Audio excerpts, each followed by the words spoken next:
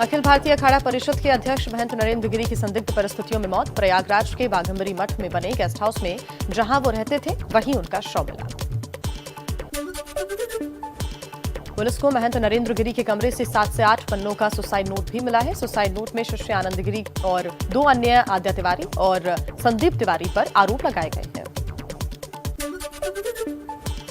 महंत नरेंद्र गिरी की कथित आत्महत्या मामले में यूपी पुलिस ने नरेंद्र गिरी के शिष्य आनंद गिरी को हरिद्वार से गिरफ्तार किया। उत्तराखंड पुलिस की मदद से यूपी पुलिस और स्पेशल ऑपरेशन ग्रुप की टीम ने रात 10:30 बजे पकड़ा। एबीपी न्यूज से बात करते हुए अखिल भारतीय अखाड़ा परिषद के अध्यक्ष महंत गिरी के शिष्य आनंद गिरी ने महंत की संदिग्ध मौत को हत्या बताया। हरिद्वार से गिरफ्तारी के बाद बोले, साजिश के तहत मुझे फंसाया जा रहा है।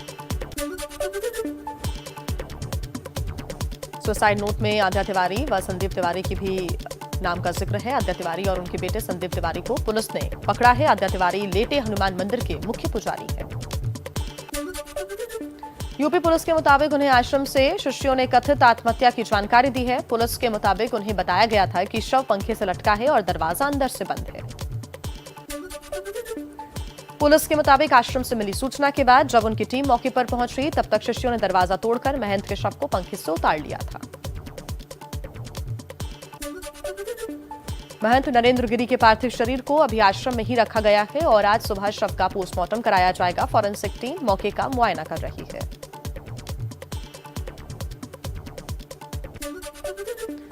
आनंद गिरी का दावा है कि महंत नरेंद्र गिरी की हत्या संपत्ति को लेकर की गई है। कुछ लोगों की नजर उनकी संपत्ति पर थी। चूंकि मैं उनका उत्तराधिकारी था इसलिए वो मुझे रास्ते से हटाना चाहते थे। सुसाइड नोट में महंत नरेंद्र गिरी ने लिखा था कि वो आनंद गिरी की हरकतों से परेशान थे। बताया जा रहा है कि 2019 में ऑस्ट्रेलिया में 2 महिलाओं से अभद्रता करने के आरोप में आनंद गिरी गिरफ्तार हुए थे और इस घटना के बाद महंत नरेंद्र गिरी काफी आहत थे। आनंद गिरी के कुछ पुराने फोटोज भी सामने आए हैं जिनमें वो विदेश में मौज मस्ती करते हुए नजर आ रहे हैं। महंगी गाड़ियों क्रूज की सवारी करते हुए भी दिखे थे। यूपी के सीएम योगी आदित्यनाथ आज प्रयागराज पहुंच सकते हैं।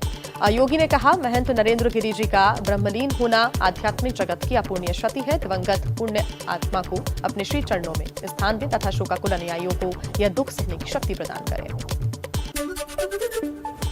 पीएम मोदी ने महंत नरेंद्र गिरी के देहावसान को अत्यंत दुखद बताया है। पीएम ने कहा कि महंत जी ने संत समाज की अनेक धाराओं को एक साथ जोड़ने में बड़ी भूमिका निभाई है। प्रभु उन्हें अपने श्री चरणों में स्थान दे। बीजेपी अध्यक्ष जेपी नड्डा ने भी महंत नरेंद्र गिरी के निधन को सबके लिए अपूर्णीय क्षति बताया है।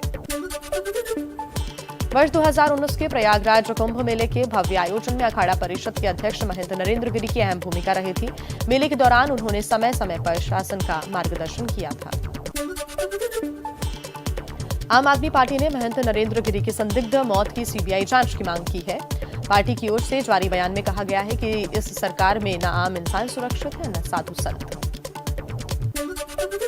नरेंद्र गिरी की संदिग्ध मौत को रामविलास वेदांती ने षड्यंत्र बताते हुए कहा कि 8 पन्नों का सुसाइड नोट कभी किसी ने सुना नहीं होगा।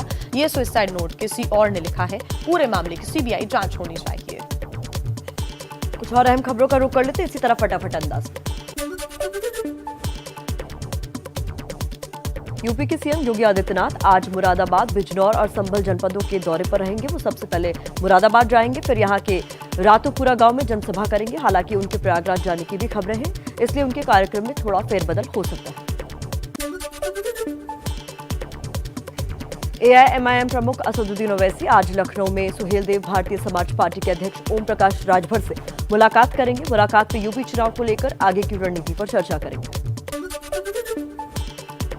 कांग्रेस महासचिव प्रियंका गांधी इस महीने के आखिर में मेरठ का दौरा करेंगी। साथ ही अगले महीने की शुरुआत में वाराणसी के दौरे पर जाएंगी। प्रियंका गांधी कांग्रेस पार्टी के प्रशिक्षण कार्यक्रम के साथ साथ किसानों से भी संवाद करेंगी। उत्तर प्रदेश में कांग्रेस पार्टी 2 चरणों में प्रतिज्ञा यात्रा निकालेगी। प्रतिज्ञा यात्रा के पहले चरण की शुरुआत 7 अक्टूबर को अयोध्या से होगी और समापन गोरखपुर में 12 अक्टूबर को होगा। कुश्ती संघ के राष्ट्रीय अध्यक्ष बृजमोहन चरण सिंह का प्रियंका और राहुल गांधी पर निशाना। कहा, उत्तर प्रदेश में पिकनिक मनाने आते हैं प्रियंका राहुल।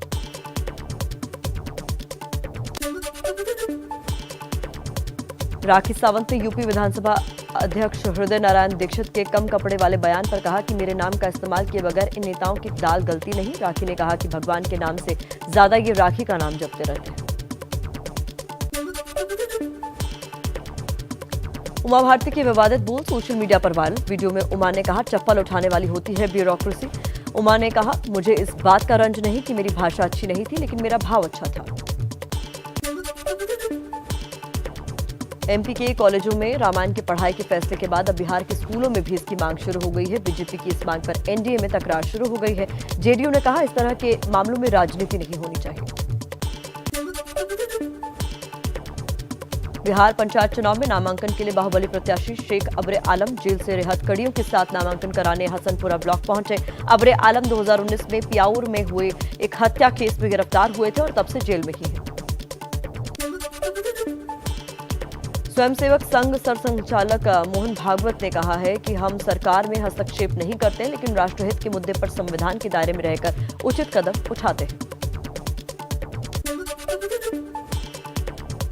रक्षा मंत्री राजनाथ सिंह दिल्ली में नेशनल इंस्टीट्यूट ऑफ माउंटेनियरिंग की एक टीम के फ्लैग इन सेरेमनी में हिस्सा लिए। ये टीम हाल ही में माउंट ट्रू पर चढ़ने के एक अभियान में हिस्सा लेकर लौटी है। बिहार के नेता प्रतिपक्ष तेजस्वी यादव ने चुनाव के समय 5 करोड़ रुपए लेने के आरोप पर पलटवार करते हुए कहा कि जो लोग आरोप लगा रहे हैं वो बताएं कि वो 5 करोड़ लाए कहां से थे। कोयला तस्करी के मामले में ईडी ने टीएमसी सांसद और ममता बनर्जी के भतीजे अभिषेक बनर्जी को आज दिल्ली तलब किया। अभिषेक को सुबह 10:30 बजे पेश होने को कहा गया है। पंजाब के सीएम का पदभार संभालने के साथ ही एक्शन में चरणजीत सिंह चन्नी सभी सरकारी कर्मचारियों को आज से सुबह 9 बजे तक दफ्तर पहुंचने का आदेश जारी किया। हफ्ते में 2 बार होगा औचक निरीक्षण। पंजाब के सीएम के तौर पर शपथ लेते ही चरणजीत सिंह चन्नी का पंजाब के किसानों के लिए बड़ा ऐलान, बकाया बिजली बिल माफ किया जाएगा। पंजाब के सीएम चरणजीत सिंह चन्नी ने कहा, कांग्रेस आलाकमान ने एक आम आदमी को बड़ी जिम्मेदारी सौंपी, एक आम आदमी को सीएम बना दिया। सीएम चन्नी ने राहुल गांधी को क्रांतिकारी नेता बताते हुए कहा, राहुल की सोच गरीबों के साथ है। सीएम चन्नी के एक्शन में आने से सिद्धू हुए गदगद, कहा बहुत खुशी का दिन है क्योंकि चन्नी भाई एक वर्कर की तरह काम कर रहे हैं। हम सभी 18 वादे पूरे करेंगे, रेत के दाम 4 गुना कम हो जाएंगे। कांग्रेस प्रवक्ता रणदीप सुरजेवाला ने अकाली दल और बीएसपी को चुनौती दी, कहा दोनों पार्टियों से अपील है कि पंजाब में सरकार बनने पर दलित सीएम देने का ऐलान करें। पंजाब में अनुसूचित जाति का सीएम बनाए जाने पर अकाली दल नेता मनजिंदर सिंह सिरसा ने कहा कि ये उनका अपमान है। 3 महीने के लिए सीएम बनाकर हटाने का मतलब उन पर कांग्रेस को एतबार नहीं। पंजाब की नई सरकार में कांग्रेस ने बनाए 2 डिप्टी सीएम, सुखजिंदर सिंह रंधावा और ओम प्रकाश सोनी को मिली डिप्टी सीएम की कमान। सिद्धू को कांग्रेस का चुनावी चेहरा वाले हरीश रावत के बयान पर भड़के सुनील जाखड़, कहा नए मुख्यमंत्री के अधिकार को कम करने की कोशिश। पार्टी ने कहा सिद्धू और चन्नी दोनों चुनाव में चेहरा होंगे। और अब कुछ और जरूरी खबरें आपको बता देते हैं। देश में एक दिन में कोरोना के 30,256 नए केस सामने आए। 295 संक्रमित लोगों की मौत, 43,000 से ज्यादा लोग ठीक हुए। अब तक 80 करोड़ 85 लाख से ज्यादा लोगों को लग चुकी है वैक्सीन की डोज। भारत अगले महीने से कोविड-19 के टीकों का निर्यात फिर से शुरू करेगा। केंद्रीय स्वास्थ्य मंत्री मनसुख मंडाविया ने कहा कि भारत वैक्सीन मैत्री कार्यक्रम के तहत और अपनी प्रतिबद्धता के लिए टीकों का निर्यात फिर से शुरू करेगा। स्वास्थ्य मंत्री ने दावा किया कि अब तक 81 करोड़ से अधिक खुराक देशवासियों को दी जा चुकी है। अंतिम 10 करोड़ खुराक महज 11 दिनों में दी गई। उन्होंने कहा कि देश के लोगों का टीकाकरण सरकार की सर्वोच्च प्राथमिकता बनी हुई है। हालांकि 81 करोड़ का आंकड़ा देश की जनसंख्या के हिसाब से बहुत कम है। अभी तक देश में 14% के करीब ही लोगों को कोरोना की दोनों डोज लग पाई है। एमपी के विदिशा में स्वास्थ्य विभाग की बड़ी लापरवाही, नाले के ऊपर कचरे में घंटों पड़ी रही कोरोना वैक्सीन की 200 डोज।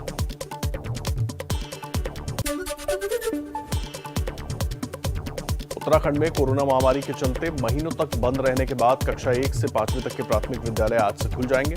हालांकि अभी सिर्फ 3 घंटे ही पढ़ाई होगी।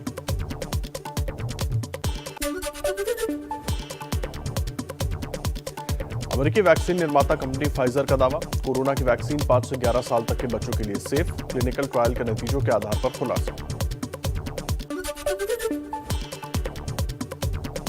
यूपी के फिरोजाबाद में एक परिवार के भाई बहन की 21 दिन के अंदर डेंगू बुखार ने ली जान। तीसरी बच्ची को डर की वजह से परिवार वालों ने भेजा शहर से बाहर। शामली के कांदला में बूढ़े और बच्चे डेंगू और वायरल बुखार की चपेट में आकर अस्पताल पहुंच रहे हैं। यहां के सरकारी अस्पतालों में मरीजों की भीड़ लग रही है। मरीजों में डेंगू के अलावा निमोनिया, टाइफाइड और मलेरिया के भी केस आ रहे हैं। यूपी के मथुरा में डेंगू की महामारी के तौर पर फैलने के बाद फरहा ब्लॉक के कोह गांव में बहुत से परिवारों ने अपने बच्चों को खोया है। यूपी के स्वास्थ्य विभाग ने कहा है कि फिरोजाबाद, हाथरस, मथुरा और मैनपुरी जिलों में ज्यादातर मामले डेंगू के हैं। कुछ वायरल फीवर के भी हैं। एक हफ्ते या अधिकतम 15 दिन के भीतर स्थिति नियंत्रण में आ जाएगी। यूपी के अलावा बिहार में भी वायरल बुखार, सर्दी, खांसी का कहर अब भी जारी है। पटना मेडिकल कॉलेज में 84 में से 74 बेड्स पर बच्चे भर्ती। पिछले 24 घंटे में एक बच्चे की मौत भी हुई है।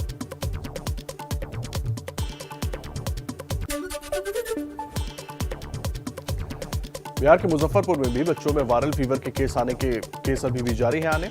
जिले में एक दिन में 41 बच्चे भर्ती हुए, जबकि 100 से ऊपर बच्चे इलाज के लिए अस्पताल में पहुंचे।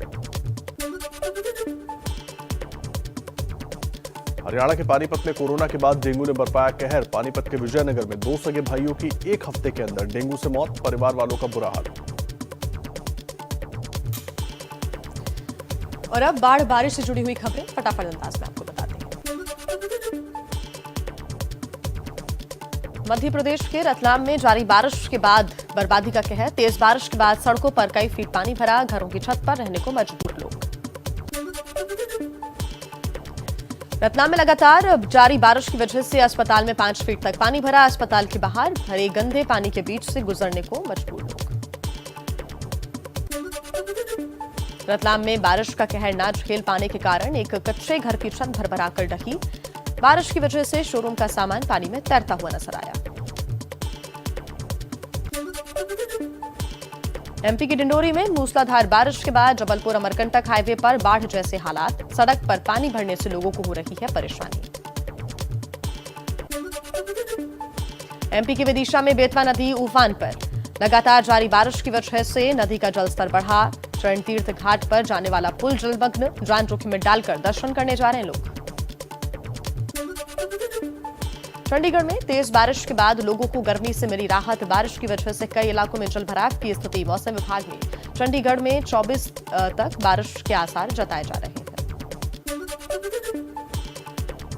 शिमला में पहाड़ से मलबा गिरने की वजह से 4 मंजिला मकान ढहा। हादसे में घर के अंदर रखी 4000 से ज्यादा सेब की पेटियां बर्बाद।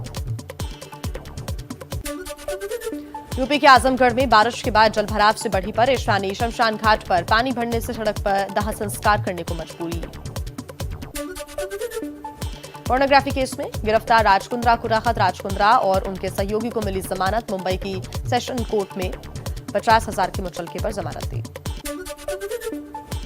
2 महीने पहले राजकुंद्रा को उनके सहयोगी रायन थार्प के साथ गिरफ्तार किया गया था। पुलिस को बिना बताए राज के शहर छोड़ने पर मनाही।